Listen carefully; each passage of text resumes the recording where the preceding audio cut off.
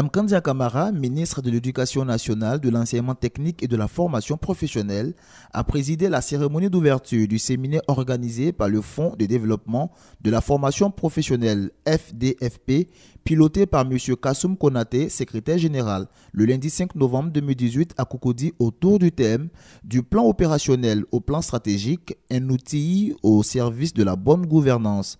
Apporter des collectifs et actualiser les modules de formation, mobiliser plus de ressources financières pour améliorer le fonctionnement de leur institution et l'arrimer au train de l'émergence prônée par son Excellence Alassane Ouattara, président de la République de Côte d'Ivoire. C'est ce qui a réuni du lundi 5 au mercredi 7 novembre 2018 les acteurs du FDFP au cours de ce séminaire atelier. Madame le ministre a profité du cadre pour indiquer aux participants ce qu'est l'émergence à partir des actions du FDFP. C'est avec un plaisir non fait que j'ai accepté la proposition du secrétaire général du FDFP de présider la cérémonie d'ouverture du séminaire de validation du projet du plan stratégique 2018-2022 du FDFP. La gestion de la taxe d'apprentissage et de la taxe à la formation professionnelle continue procure au FDFP des ressources destinées au développement du capital humain. Vous le savez, sur la route de l'émergence, le capital humain tient une place de choix, puisque c'est avec des hommes et des femmes disposant de qualifications et de compétences professionnelles avérées, en capacité de travailler pour l'entreprise ou de produire pour eux-mêmes, que la création des richesses se fait et que la mutation de la société se fera dans le sens de l'amélioration du cadre et des conditions de vie des populations.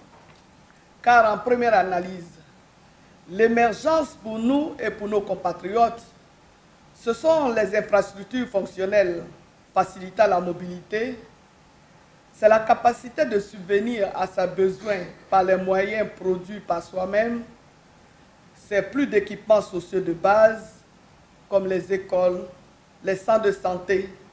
C'est enfin et plus généralement l'égalité de chance offerte à chaque citoyen, quel que soit son lieu de résidence, de se sentir membre de sa communauté et de se sentir membre de la communauté nationale. Dans cette perspective, chaque démembrement de l'État est investi d'une mission précise.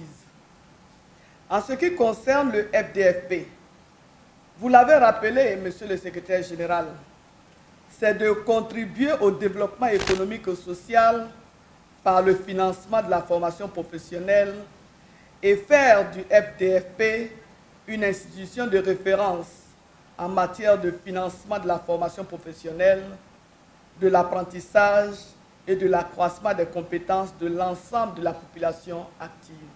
À l'issue de l'atelier, les résolutions retenues seront remises à Madame le ministre pour analyse et validation pour le gouvernement. La cérémonie a été rehaussée par la présence de M. Tiekoura Kone, conseiller spécial, représentant le Premier ministre, son Excellence, M. Amadougon Koulibaly. Au cœur des préoccupations du gouvernement aujourd'hui, c'est les questions de l'emploi. Mais vous ne pouvez pas résoudre les questions de l'emploi sans résoudre la question de l'employabilité des jeunes. On est en plein dans la question de l'enseignement technique et de la formation professionnelle. On est aussi dans un domaine où l'enseignement ne peut plus se faire comme ça ex nihilo. Il faut une étroite relation avec le secteur privé et avec les entreprises. Je crois que c'est là l'intérêt du FDFP en tant qu'outil stratégique.